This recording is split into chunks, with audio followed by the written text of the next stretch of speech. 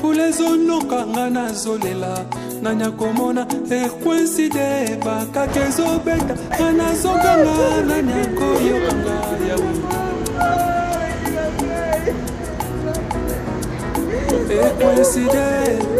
hier, comme on dit sur ma Facebook, la photo est de Konabiso Eugène Michigan premier. Eugène Michigan leader, il y a FGBM, Babeta, moi na Bruxelles à Kala. Aouti Kotika Biso inopinement na Kinshasa. Yo approche na qu'est-ce qui s'est passé? Neni Michigan a Tiki Biso na Kinshasa. C'est mal. Je réponds d'abord au nom de Louis Matos. Vraiment, c'est un frère, c'est un petit frère, c'est un ami. Vraiment, on a évité les Nakoloba. Vraiment, j'ai les larmes aux yeux, comme vous voyez là. Les yeux vraiment sont gonflés, j'ai beaucoup pleuré. Parce que vraiment, c'est la famille. C'est là Kinayawa, il est parti, il m'a dit que j'ai des choses que je dois faire à Kin. Et dans Keboye, d'ici là, vers le mois de janvier, je vais retourner. J'étais avec Marc Aboza et Gino Chimila et Dido. Ils étaient ensemble là-bas. Et maintenant, c'était hier, je venais de Paris. On m'appelle pour me dire que non, Michigan il n'est plus. Donc Michigan est parti. Vraiment, je commençais à pleurer en conduisant. Et j'avais des gens dans la voiture. Et les gens m'ont demandé que c'est qui, pourquoi tu pleures. Je te regarde, comment tu nous conduis. Je me suis dit que non, c'est un frère qui est parti, qui bosse avec nous. Vraiment. Saint-Marc, c'est regrettable beaucoup. Il a laissé sa femme, ses des enfants. Et il est parti à Kinshasa pour faire les affaires. Les affaires, c'est qu'on entend qu'ils sont petits. Il avait laissé déléguer le petit de gérer pour gérer un peu la situation. Mais le petit, soi-disant, a compliqué la situation. Michigan l'a mis dehors. C'est comme on a entendu. Et en mettant dehors, et sa situation a commencé à compliquer. C'est compliqué plutôt. Voilà. Et puis il est parti comme ça. Il est parti comme ça. Maux de tête, mal aux jambes. Voilà, tout de suite, il ne s'arrivait plus de s'élever. Et donc tout de suite, on nous appelle. Donc il est malade, il a fait combien? 2 jours, 3 jours. Et directement au positif.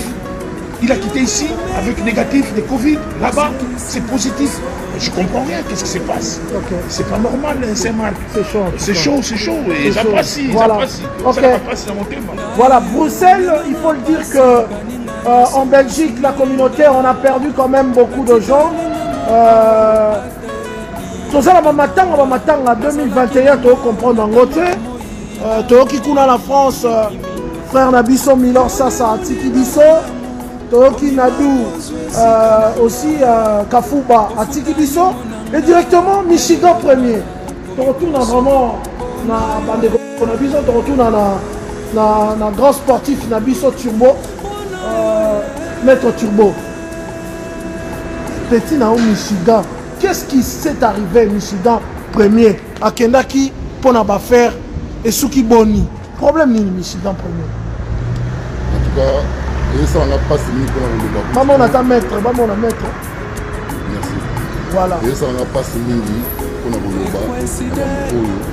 Parce que tu as été en forme.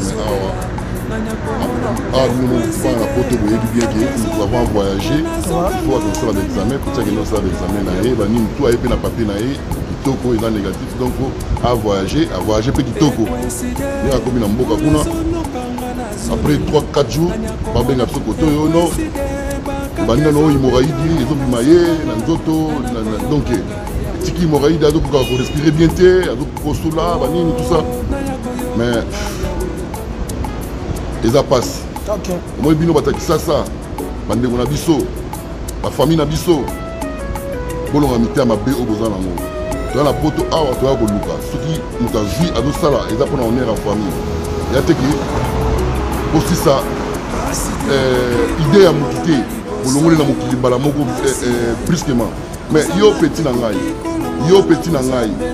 yo yebi makambo yo na Michigan, yo oyebi makambo yo na Michigan ninge obebanaki mbali boso. Oyebi yango malamu, obebanaki mpona mbongo. Michigan yo kiyo mawa, azongi susu yo na kati ya chantier, kitaki ogere makambo.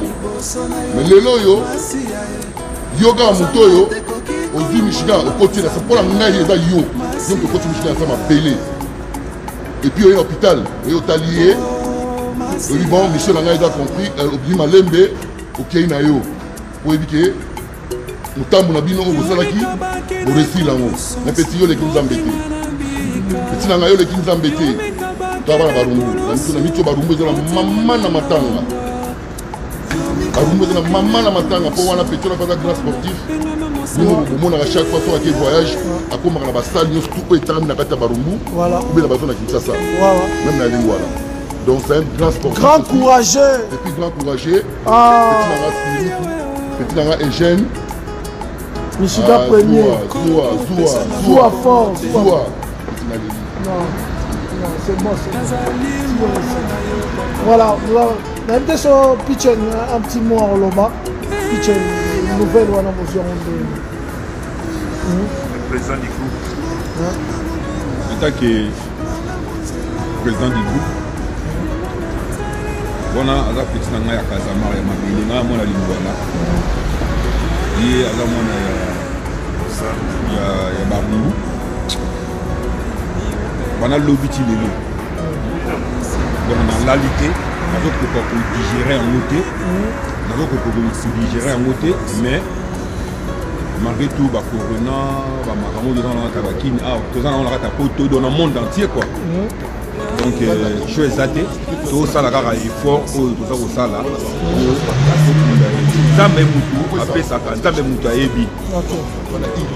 Mais, puisqu'on a beaucoup de Zambie, et ça a beaucoup de battu, et ça a volonté en Zambie. Nous avons aussi un tonne de pas en Zambie. C'est ça que nous avons président. La famille nous se tourne. Il y a un convoiturage, il y a Paris, il y a Bruxelles, il y a Hollande, il y a Bundes. La famille biologique, na pesi, mes condoléances, il y a trop. De ma part, Papido. Merci. Okay. Voilà, pour ceux qui nous regardent, la personne qui est décédée, c'est un grand monsieur, un courageux. Il s'appelle Eugène Michigan. On l'a connu dans le groupe FGBM ici à Bruxelles. Dans FGBM, il y avait Anaconda. Il y avait qui encore? Bora aussi. Il était Bora Digo qui nous a quittés aussi. Il y avait beaucoup d'artistes. En tout cas, la coiffe, Lacoste et tout dans FG. Richard Mukendi. En tout cas, alors, il a fait la pluie et le beau temps ici à Bruxelles. Choulaï aussi était dans le même groupe que Richard Mukena. Guilain Yalé, il y en avait beaucoup. Donc Azaraki, artiste. Tibonganga, président et tout. Donc Bruxelles est en deuil. Bana Bruxelles, Baza et Belé, la Katia Kinshasa, et l'autre au sein à la Bino. Bachocho Bokito, Bozalier Belé, Bato tout Boza la Katia Kinshasa, Ba Anaconda, Botika, Michigan, en tout cas tout le monde a la mobilisé pour que Tokunda Damami. Anaconda a qui Damami arrête. Damami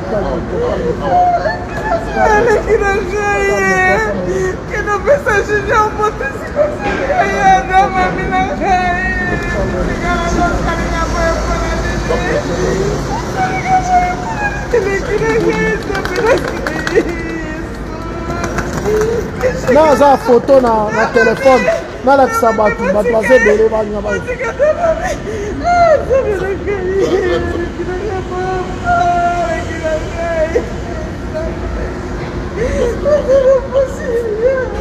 Michigan premier dans la Sabino photo donc pour tout bruxellois Oyebaki Michigan tu reçois programme voilà Masanabiso yeyo Michigan premier Oyebaki Michigan Masanabiso yeyo c'est notre ami encourager. Tozali na parking ya ba covoitureur.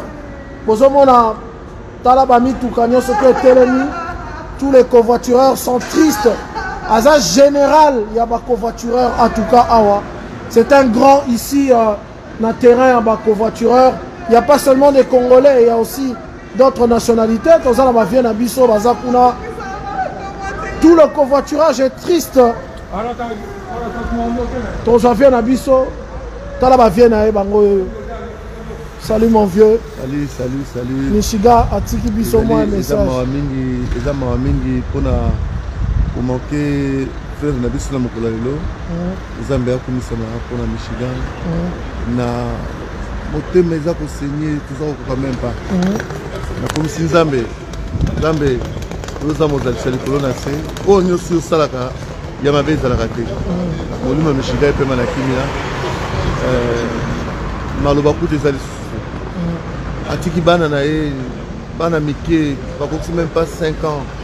Atiki mwasi na ye na pasi. Atiki kilo na ye, famille mobimba, donc ezali mawa mingi pour Michigan. Bandeko Bruxelles, ba judoka, nalbi bien ba sportif nyonso ya Kinshasa. Il y a un grand judoka qui ba karatéka, ba boxeur. Biso nyonso bata mukumbusu, bana Yorgo, bana Pacho, bana ya Maître Carré, bana Maître Pis, bana Maître Tito, bino nyonso tout. Donc beaucoup de la Michigan, ceux qui na Barcelone matanga na Casablanca. Tout bana Bruxelles au bazana King. Bruxelles au bazana King, bana Bruxelles. Botelema. Batu nyonso ya Bruxelles au bazana King. Tolingi to mona ba image ya somo. Na sima boyo de la Michigan. OK. Merci Nzambe a pambola biso. OK. Merci. Ça va. Voilà, mesdames, mesdemoiselles et messieurs, je rappelle que Michigan a eu plusieurs casquettes. C'était un sportif, il a fait le judo. Michigan, c'était un artiste.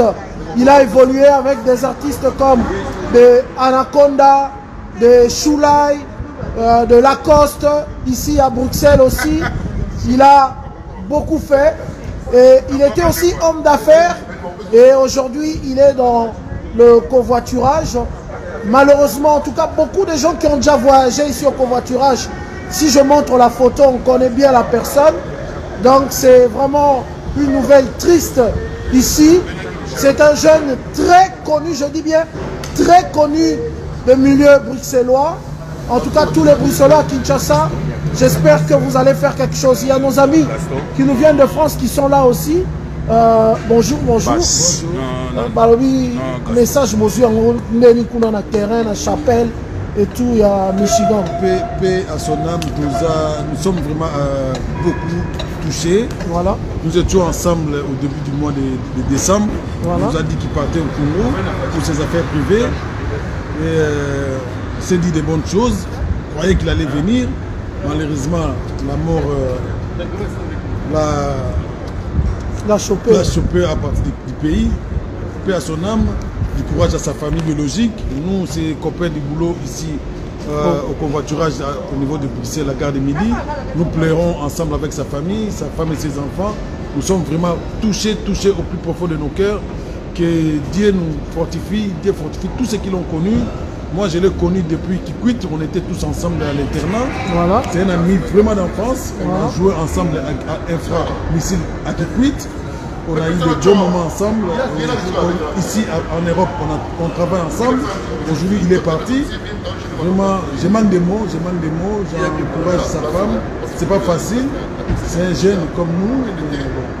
Dieu seul sait pourquoi. Comme on dit, Dieu a donné, Dieu a repris. Que son âme repose en paix. Merci beaucoup, Marc. Que son âme repose en paix. On va toujours avoir des nouvelles. Ça, c'est nos frères qui nous viennent de la France. Bonjour. Bonjour. Sango bozwi ndenge na terrain kuna chapelle lelo. Nayebi te bato bamonaki yango deja na Facebook. Nayebi te soki lelo ozalaki na chapelle eza ndenge nini kuna eleki ndenge nini. En tout cas, sango tozwi yango depuis hier. Babengaki biso déjà qui a profité de la matin. Ngai juste avant son départ, tozalaki na ye, je crois 2 jours avant qu'il ait. C'est un ami, franchement, tout sur la radio, il y a une vidéo par rapport à mon à la Guinée. Donc, quand on fait ça, c'était vraiment hors de moi. Et puis, très touché par rapport à Luanaï. Et et là on a souhaité kaka paix à son âme et plus courage à sa famille, à nous tous qui sont de cœur et puis paix à ton âme. Voilà. Alors, Maître Turbo, tu as dit que le corona est ali, mais les convoitureurs, les musiciens, les sportifs, à Kinshasa, à Bruxelles, vous imaginez Nengeni. Est-ce que l'organisation vous a rendu? L'organisation, il y a Matanga.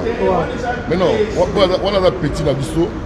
Donc, attends, ma campagne, ma virus, la fin de l'année, non, on sait toujours l'organisation, on peut permettre toujours que non, petit qui est toujours dans l'année bien. Ok, ça va. L'année bien. Donc, il y a une autre ça, on a raté jamais. Ok, ça va. Il y a un général, donc petit dans la donc.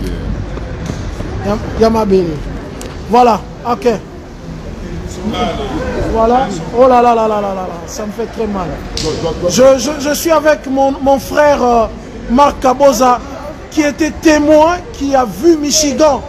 En tout cas, avant de partir, il nous vient de Kinshasa, il était avec Michigan. Marc, bonjour. Bonjour. En tout cas, vous êtes le témoin, en tout cas de nous tous ici, qui était là, qui a vu Michigan avant de prendre son avion pour revenir à Kinshasa. Qu'est-ce qui s'est passé?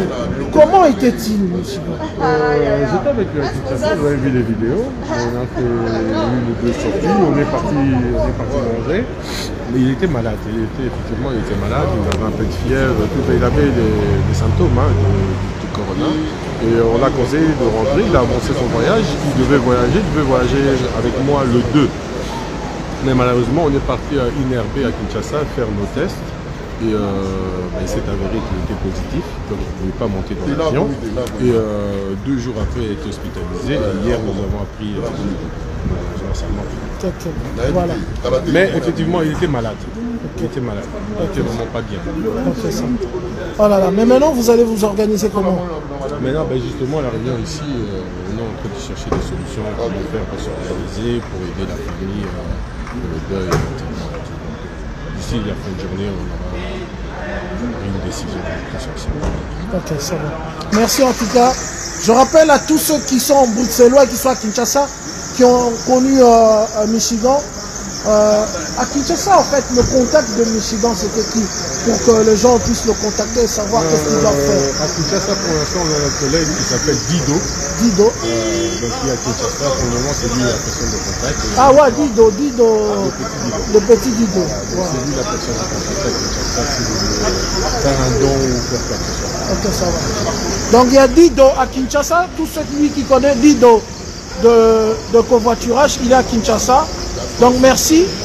Voilà, mesdames, mesdemoiselles et messieurs, si tu connais Michigan, partage la vidéo. Je sais que vous étiez déjà nombreux à nous suivre. C'est un jeune de Bruxelles qui nous a quittés, un courageux, un soldat, un général ici dans le terrain de covoitureur. En tout cas, cette façon d'aider la communauté à se déplacer aisément et à un prix aussi raisonnable entre Paris, Bruxelles et l'Allemagne. En tout cas, mes condoléances à la famille. Pour le programme, vous aurez le programme sur cette page. Parce qu'il faut le dire que moi aussi, Saint-Marc, j'ai aussi évolué un tout petit peu dans le covoiturage ici. Et c'est pourquoi nous ne pouvons pas croiser les bras. Nous sommes là, évidemment, pour soutenir la famille et être là et montrer notre amour à notre frère qui n'est autre que Eugène Michigan Premier. Zouafor Spiritu Molimo. Hommage à toi. Merci. À tout à l'heure.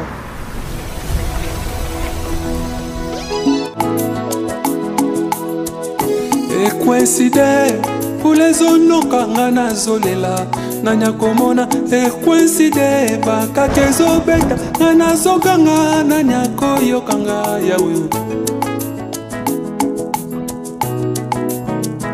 Et coïncide, vous les zones kangana zolela nanya komona et coïncide bakakezo beta nana zoganga nana koyo kanga yawe.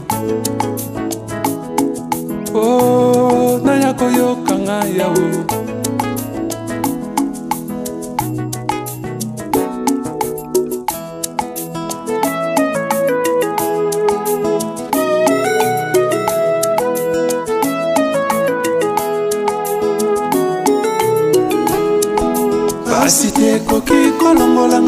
liboso na yo masiya kozanga te koki kolongolanga bonzambe na yo masiya yawe oh masiya yawe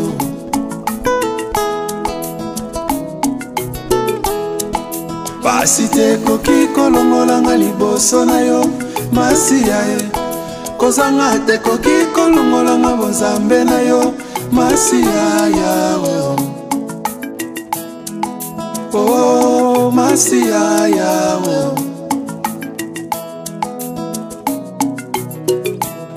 yo mikabaki nekulusu potenga na bika yo mikabaki nekulusu potenga na longa yo mikabaki nekulusu pona pengama mosantu yawe oh yawe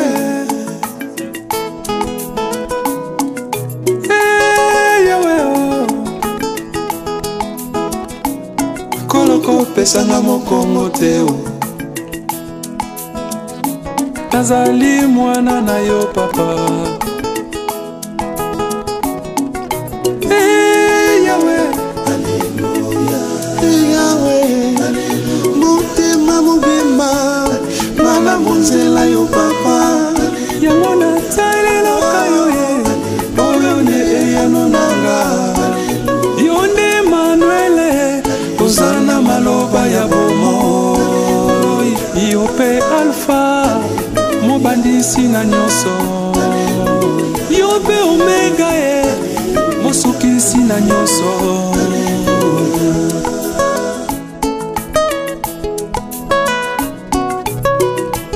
ngai oyo lelo na pasi baninga nyonso basundolinga natikalinga moko ata elili inanga nazalaki nango na ntango ya moi na molili ekiminga yo nde moninga malamu ondima kozwa esika nanga ofuta nyongo nanga lelo yo nga na koyi bosomi mpo na yo